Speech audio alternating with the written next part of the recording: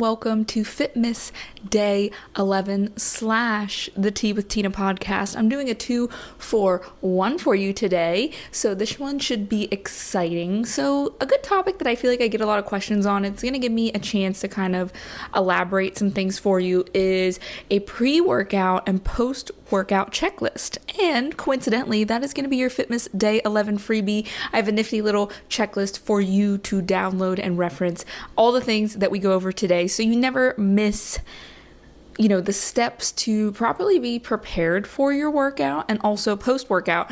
And some of these can be a little bit nuanced as everybody's a little bit different, so feel free to customize this to your needs. You don't need to follow everything on here, but it's just some things to think about of maybe with your current routine, is there something you need to add to it that maybe you're missing?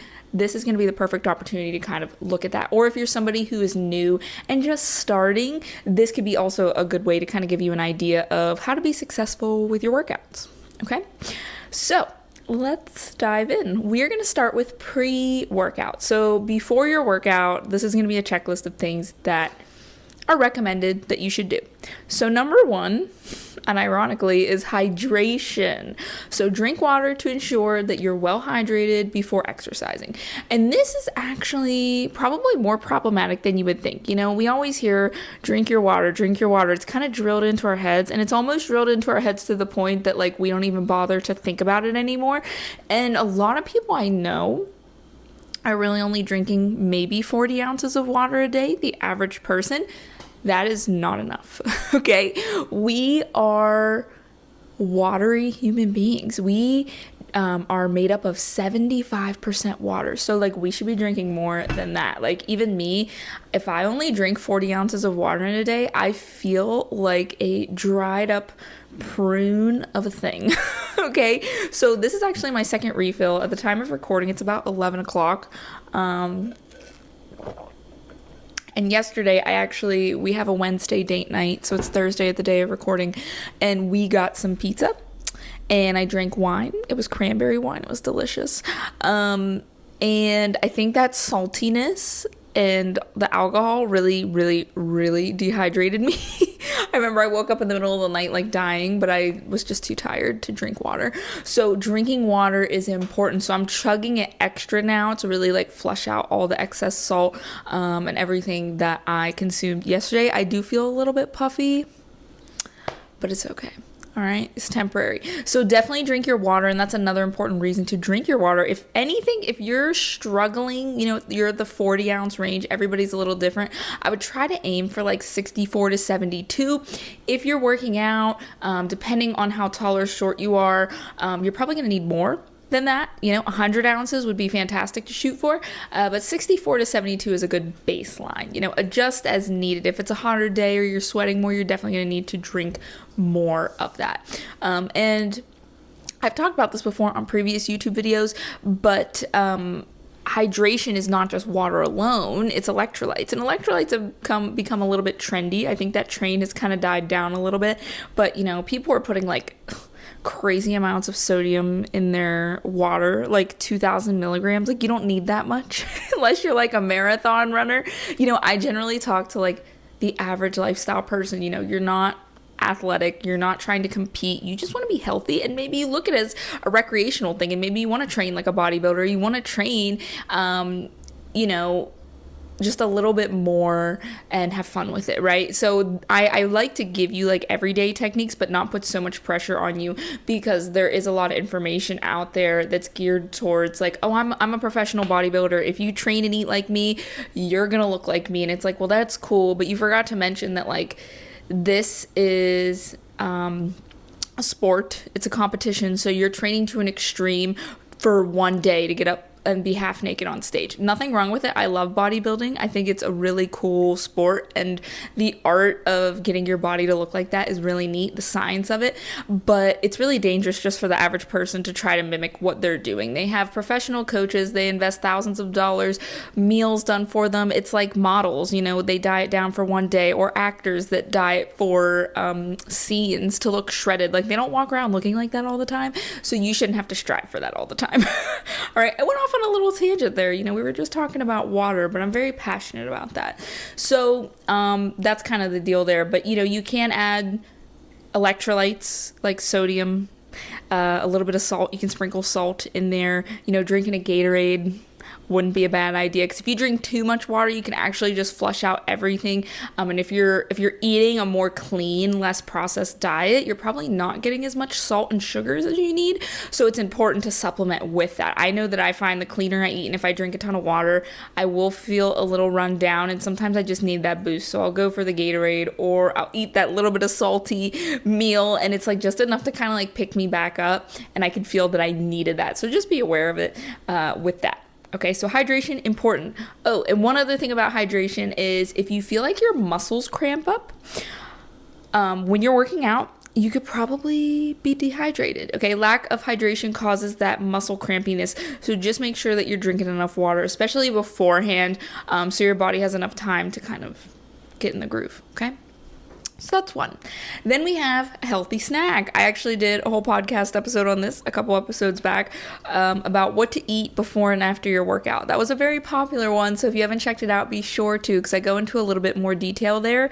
But in general, you should definitely eat before a workout. I would say anywhere between a half hour to 2 hours before. A lot of you who may come right after work, it's a bad setup. Let's say you work a 9 to 5 or 8 to 4. You're eating lunch around noon.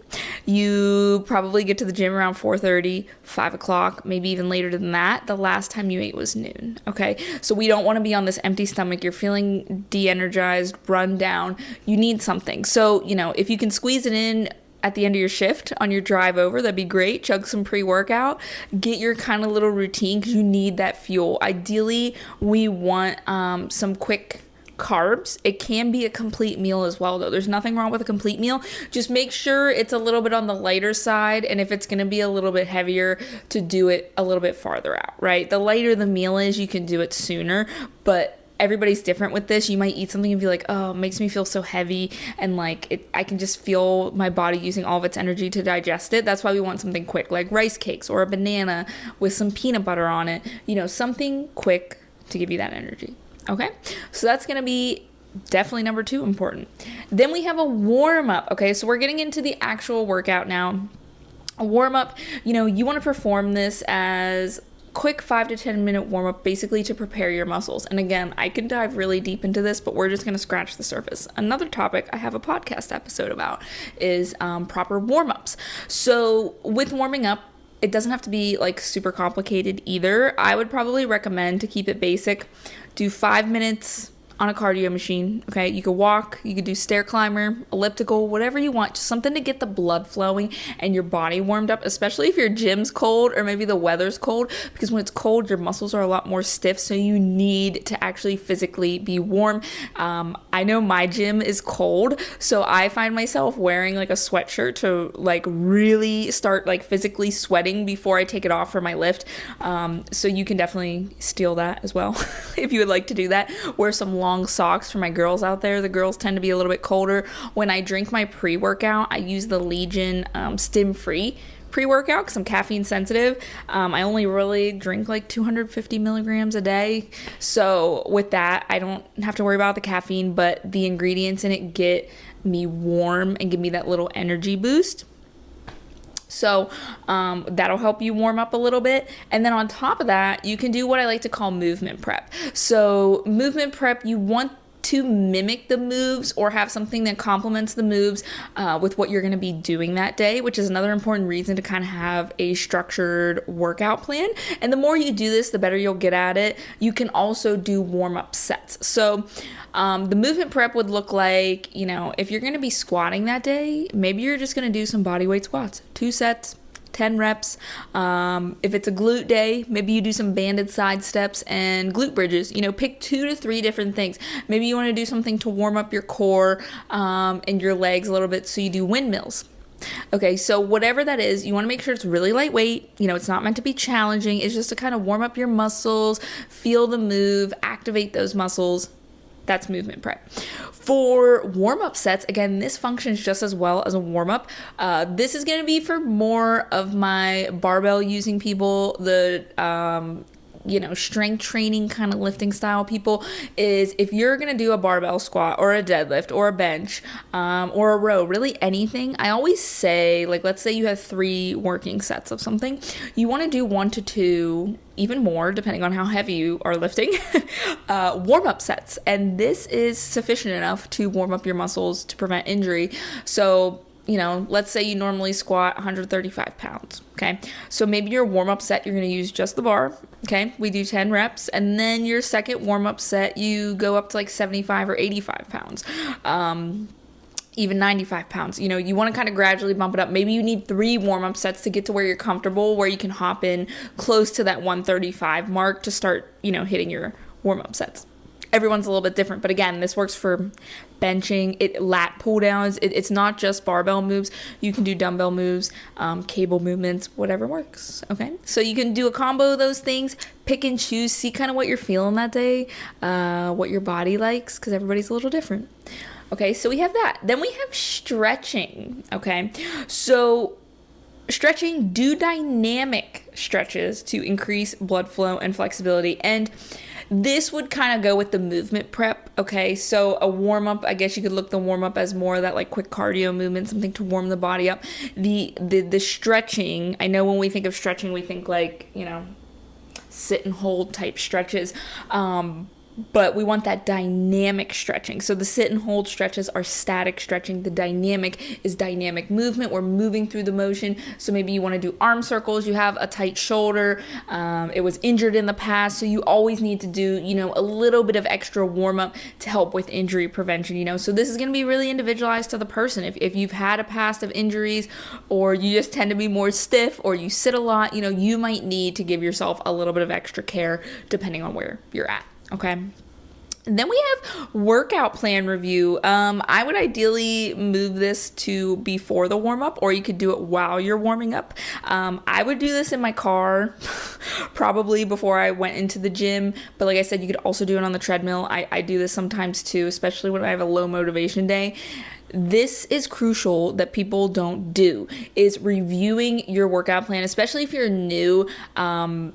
I practice this and preach this for like everything in general, your daily schedule, but it works just as well for your workout. So go over your workout plan to stay focused and organized. You don't want to just walk into the gym and be like, wonder what I feel like doing today. Because if you only kind of like piece together random stuff, you only do what you feel like you're doing, like you don't know if you're progressing in weights. You don't really have a structure. Like you don't know if you're doing too much of one thing or not enough of another. Are you training a muscle group too much throughout the week? There's a lot of factors at play, which again goes back to the idea of having a plan is important. So with this workout plan review, it allows you to visualize that success. So you kind of look at what's on the docket for the day. So you're like, okay, today is a pull day.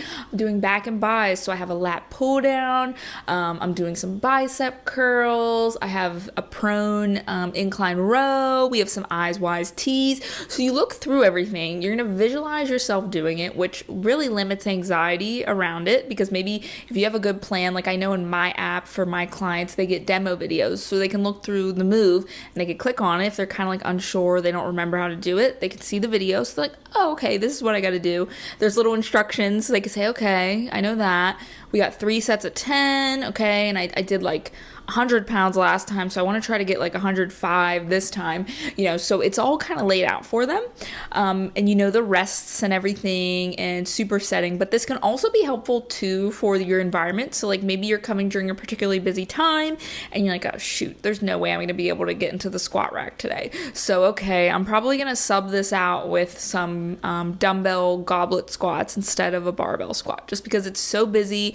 I can't get to it. So that's another reason to do workout review, because you don't want to be just standing in the middle of the gym floor and be like, oh shoot, this is taken, what do I do, where do I go? Even me as a trainer, I do this, which is funny because it's a catch-22 as a personal trainer in a gym. I feel like you should give the trainer priority over equipment, because people pay extra for that session. But at the same time, like if you are there first and like you also are a member of the gym, I'm not going to kick you off a piece of equipment. I have had some people that are like I'm just looking, I'm not even trying, I'm just like, oh, okay, like I can't do this. I'm talking out loud to myself with my client, and they're like, oh my God, do you want this machine here? You can have it. And that's really nice when they do that. I'm just like, you don't have to, but they're like, no, I could do something else. So that's really cool. But generally, like, people aren't going to do that. So you have to kind of know modifications, especially if you're just a member. So just make sure you have some ideas in mind. And again, in my app, we have substitutes. So there is a little, like, you click 3 little dots and you can see substitutes for that movement of what you can do instead of the other thing. So you're never left knowing, what is going to work that's not what I'm already doing. I don't know. So, just some helpful tips there. Okay. So workout plan review is very important. Then we have a gear check. This is maybe a little bit excessive. This could be if you're working out at home, but I think this goes along with the workout review, is ensuring that you have all your necessary gear, like the proper shoes, mats, or weights. And you can kind of do this if you're at the gym. It might be helpful if you're doing like a dumbbell only workout, or you're somebody who's like the shy girl workouts and you just want to kind of bring all your equipment to one corner of the gym and do your own thing. I know, like, we have a studio in our gym that's like blocked off, and some people just bring the equipment they need in there, the weights they need, their step, their bands, and they just do their whole workout right there.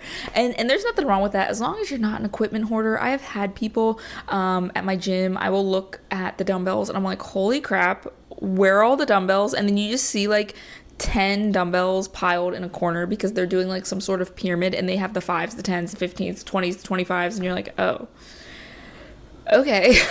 So try not to do that. But if you just need, okay, I need a heavier pair and a lighter pair, or I'm gonna bring a barbell over, and I need a band, that's cool. Gather it all in one place, try to be efficient. It's good for time management too. But also think about what you're going to need if you maybe have a leg day and you want flatter shoes like Converse or Vans or something like that. Bring those. If you're running and you want to bring your running shoes, make sure you have those packed in your gym bag. Maybe you want to bring your own booty bands, or you have an ankle strap that you bring because your gym doesn't have one, or a bar pad to cushion your neck or your hips if you're hip thrusting. So there's a lot of different ways that you can kind of do that. But I try to do it beforehand if you're bringing stuff from home. Okay. Then we have mental preparation. This one's pretty important. Take a moment to set your intention or goal for the workout. And this is kind of like a little self-assessment. So you can see all these things kind of are in one smooth motion. They sound like a lot of different things, but in reality, this is only really going to take you 10, 15 minutes, aside from like eating something beforehand, little things like that. But really, it's all one thing. So mental preparation is doing a self-check that day. And I do this with my clients too. Like when they come in for the day, you ask them how their day is, and they might say, oh my God, I had such a stressful day at work. I was up all night with my toddler.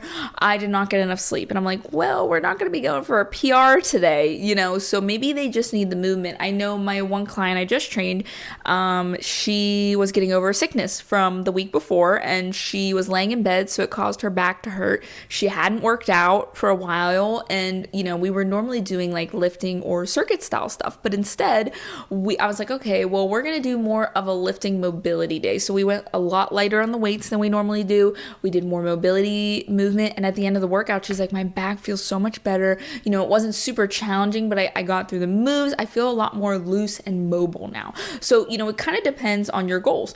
So don't be afraid to adjust your workout based off how you're feeling. And again, I preach this all the time to my clients and people, you guys, just show up. You don't have to, like, if you were squatting 150 pounds last week and this week, you got your period and you have cramps and you're like, I'm not going to be able to hit 150 pounds this week. Don't stress it, do what you can do. Take note of it. I like to put little notes in my app as well, like of my workout, so I can look back and see like, this felt really heavy today when it normally doesn't, or wow, this felt really easy. I had a lot of energy, put little notes like that, to kind of help you remember all that stuff. And that kind of helps you going into the workout too. You could say, okay, I'm feeling a little tired, so I'm not going to, stress myself out, or I'm going to walk for a little bit and see how I feel. I might not even lift. Maybe I'm going to do more yoga or maybe I have a lot of energy and I'm gonna go for the PR today because I'm feeling good. It's not in my plan, but I'm going to go above and beyond with this to see and push because I do have the energy to do it. I'm really excited. So it can go either way. Okay. Then we have safety equipment if needed. Prepare safety equipment like gloves or a helmet. No. Safety equipment would be more so like if you're doing barbell squats, it would be a like the safeties on the side. That's more so a lifting belt, your lifting pad for your hips and things like that. So those would be the safety equipment. Okay, I used a template to create this checklist for you, and some of the wording is very interesting. But I will definitely edit that for you guys. So yeah, just make sure your safeties are set up when you're squatting. It's really good to be properly educated around the squat rack and barbell safety in general, because there are a lot of little things that can make things easier for you that people can do wrong, and it can really injure them if they're not set up right. So be aware of that. Know when to wear a belt. And like I said, just all the little things set up just to make sure you're good to go. Having a spotter, all those things. Then we have music. That's important. So this could be at home or in the gym. Make sure you have your good playlist on. I know me, I'm like a wild card. Sometimes I'm feeling whatever. Sometimes I'm feeling my jail rap, as like I like to call it, what people would like put on to do like 1,000 pull-ups in jail. Then I have a couple playlists like from Spotify. I didn't make them. It's like Harry Squatter and the Goblet of Gains. Like some of them are so funny. Sometimes in the mood for rock. It just depends on what I'm feeling that day. So have your playlist ready, whatever gets you bumping. Maybe you have a cardio playlist and a lifting playlist. Maybe you have go-to songs. Cue them up. Make your life easier. Maybe you listen to podcasts or audiobooks. Nothing wrong with that either. Okay. Then the last thing on our pre-workout checklist is heart rate monitor or watch. So if used, set up your heart rate monitor or fitness watch. Of course, I can tell you probably over 50% of the time my clients are like, I didn't start my watch for a workout. Shoot. So remember to do that. Start your watch if you're recording a workout. Or if you're wearing a strap or whatever, just make sure you set that so you can track your workout, because it's more data and data helps. All right. So that is pre-workout. All right. Let's go into post-workout. Make sure to speed this up a little bit for you guys because it's already 20 minutes. So post-workout checklist is cool down. Okay. So we went through our workout. This is after the workout. So cool down is really important. You just went hard. Your heart rate's elevated. You don't want to go from a super high heart rate to nothing. That's usually not the best for recovery. So you want to kind of gently do it. If you're in a class, the instructor usually has you kind of do a couple laps to cool down. So you can go and walk for a little bit. You can static stretch, something to kind of relax. Maybe you put on some slower music, whatever works for you. You want something to kind of bring that heart rate down gradually so you feel a little bit better. Okay. And like I said, with that comes the post-workout stretching. It doesn't have to be super long. Really, I would say put emphasis into your post-workout routine, because a lot of people skip it because they put in their work, they're tired, they're like, screw this, I don't have time. But I want you to kind of start incorporating it like it's a part of your workout, because in a way it is. So static stretching, that's going to help with muscle soreness, recovery, flexibility, again, so you just don't wake up and you're like not able to walk. I know for me, little side note, I don't know if it's because of my thyroid or I have been putting in some long work days and just working a little bit more lately, pushing my boundaries a little bit more. Also have been in a dieting phase, so a lot of like outside stressors, but my recovery has been garbage. And I haven't really been like pushing my limits with working out. I've been easing my way up. I haven't been, going at a 9 out of 10, trying to hit PRs. I've just been gradually going, and I haven't felt tired during my workouts, but I get so sore. I also feel like I've been battling, like many of you probably at this time, like you feel like you're about to get sick, but you're not. And it's been weeks of this. So what I'm actually going to do, which kind of leads into our hydration and of this post-workout, is I am going to get the Legion Athletics, because I love Legion, the Recharge supplement, which I've never tried. I've always had aminos, and amino acids have gotten like a bad rep because they say depending on the blend, they're kind of crappy and you don't really get a ton out of them. I know when I drank them, I did the Optimum Nutrition aminos. It had a little bit of caffeine in it as well. I would just sip on them throughout the day. I thought it made a difference, but I don't know. But with the Legion one, since they're always scientifically tested and proven, they actually do research to see what dosing and what supplementation actually gets results. This has creatine in it, a highly processed blend, like in a good way processing, like fine processing blend. And it has a couple other things in it to help with recovery and soreness. So I'm curious to see, because I've actually never used creatine before. And I kind of fell victim to the rumors that creatine can make you hold water, which in a way it does. It stores water in your muscles, which gives you strength and helps, create fuller muscles. But I was reading on the Legion website, and they said in recent years, the processing for this type of creatine and the selection of creatine, it's a higher quality of creatine, and like I said, the method that they use actually eliminates that bloating. That was kind of an old thing from how it was processed. So, and I was reading the reviews, a lot of females, especially, like, guys don't care because when they get bloated, their muscles get more full when they get bigger, but females are worried about having that bloated look, and all the females had said that they don't get bloating from it. So I'm very curious to see, because me, with the hormone stuff, I always feel watery and bloated, it feels like.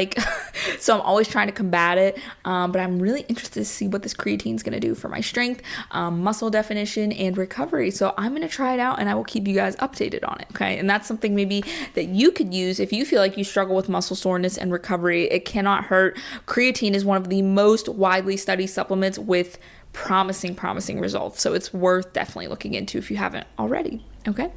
So we have that. Then we have hydration, of course, a sports drink, drinking water. You just spent all that time sweating. A great time to include something like Recharge in your post-workout fuel.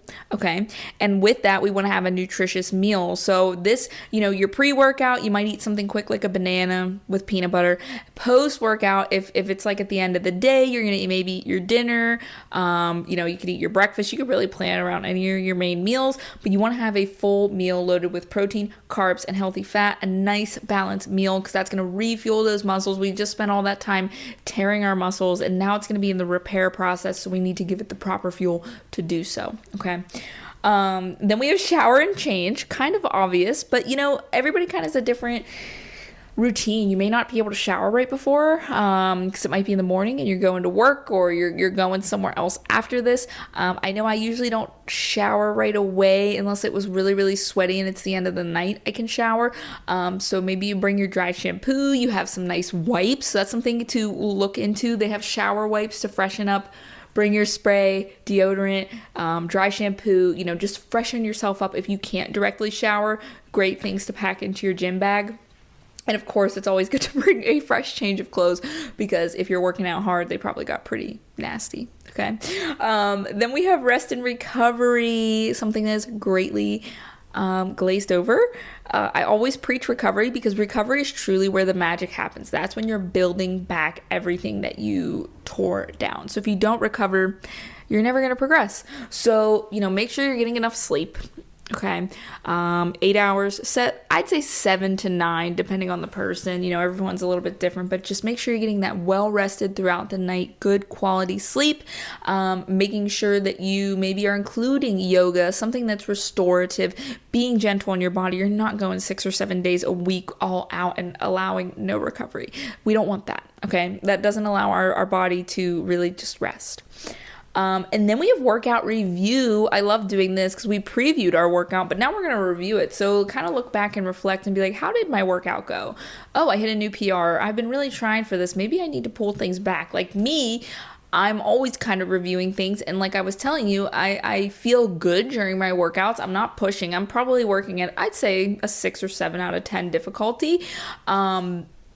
But I'm like, man, maybe I need to up my food a little bit, okay, because I'm in like this diet phase, but it feels like maybe I need a little bit more food, a little bit more energy.